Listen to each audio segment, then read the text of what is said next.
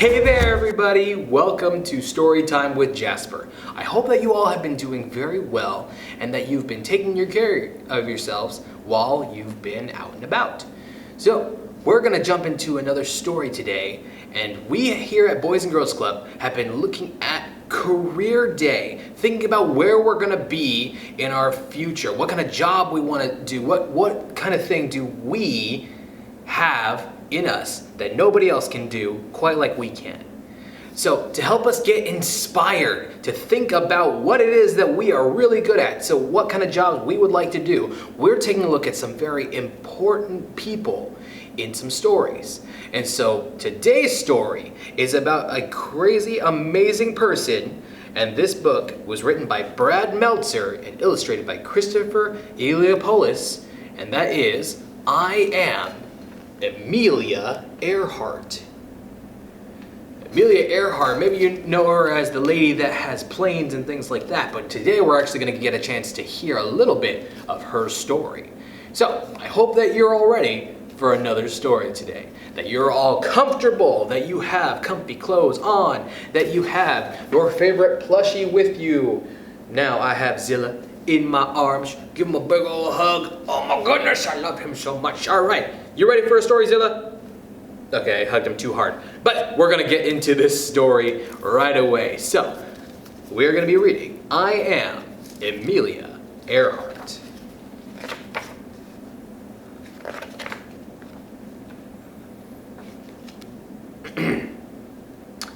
I am Amelia Earhart. When I was little, people told me that girls should wear dresses and play with dolls. They said we shouldn't have unladylike adventures. I didn't agree. In fact, when I was 7 years old, my sister and I decided to build our own roller coaster in our backyard. We placed 2 planks of wood up against the side of our tool shed. Grandma's not gonna like this. The cab was a wooden packing box with roller skate wheels attached to the bottom. We greased the wood with lard so we'd move super fast. Amelia, are you sure this is a good idea? This isn't a good idea. It's the best idea. Of course, I got to ride first. This was my moment. Here we go. In 3, 2, Ooh, I still remember the wind in my face. My stomach seemed to sink. I was flying. Amelia Earhart, take this upon this instant. The crash was loud, noisy, and messy. It certainly wasn't ladylike, but it was awesome.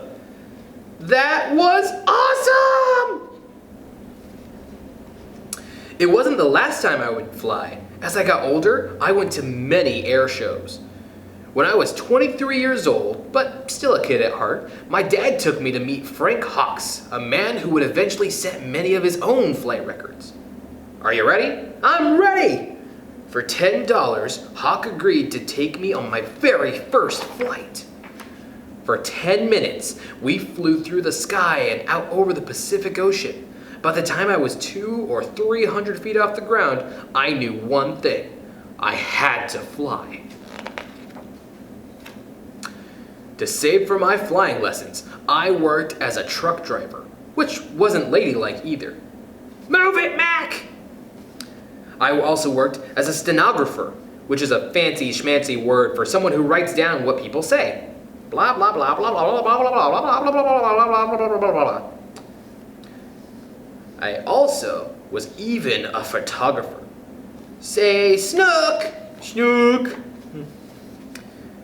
6 months after I learned to fly, I bought a bright yellow used biplane that I named Canary. Canary is a cool name for a plane, right? This is my instructor, a woman named Netta Snook. That's her real name. But here's my secret. I wasn't a natural. I wasn't the best pilot. I just worked harder than anyone else. That's enough flying for today. No, I can do better. One more flight. Most important, like that day on the roller coaster, I dared to do what so many said couldn't be done. A girl flying across the Atlantic? Amelia, you sure this is a good idea? This isn't a good idea. This is the best idea.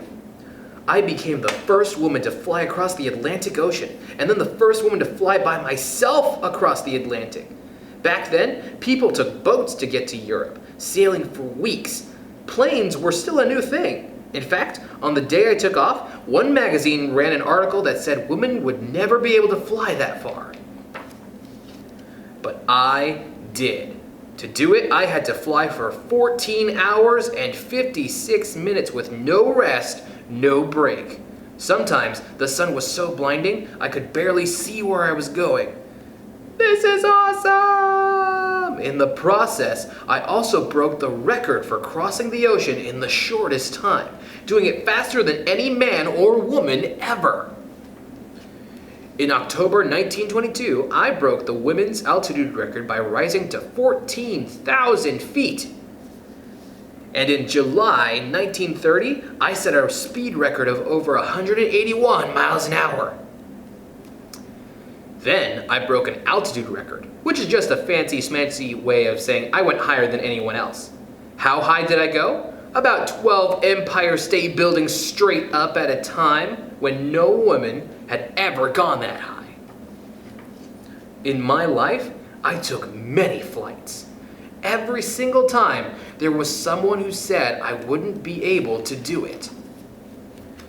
Never let anyone stop you. Whatever your dream is, chase it. Work hard for it. You will find it. It is the best lesson I can give you. I am Amelia Earhart. I know no bounds, and I hope you'll remember that the greatest flight you'll ever take is the one no one has tried before. And that is I am Amelia Earhart. And we even have a quote from her. Let's see what she says. Never interrupt someone doing what you said couldn't be done. Amelia Earhart. Wow. So, Amelia Earhart inspired so many people with her story. She made her story such a good one, it's written down for us in many, many books. So, let me ask you this question then. When you're going about making your own story, remember we're talking about career day, where we're going to be in the future, are you going after what it is you really would like to do? And maybe if you don't know what to do, are you working hard so that you can get your story to be a good story? Are you working harder than anyone else? Remember, Amelia wasn't a natural at flying planes. She just worked harder than anyone else to do what she really wanted to do. So, as you're going about your story, as you're reaching for whatever it is you would want to do, are you working harder than anyone else? Do you want it so badly that you will work harder? You will work stronger. You'll do whatever it takes to get that part of your story happening so that you can make your story a good story. I hope that you are. So, I hope that you take care of yourselves, everybody, that you enjoyed another story, and we'll see you next time. Take care.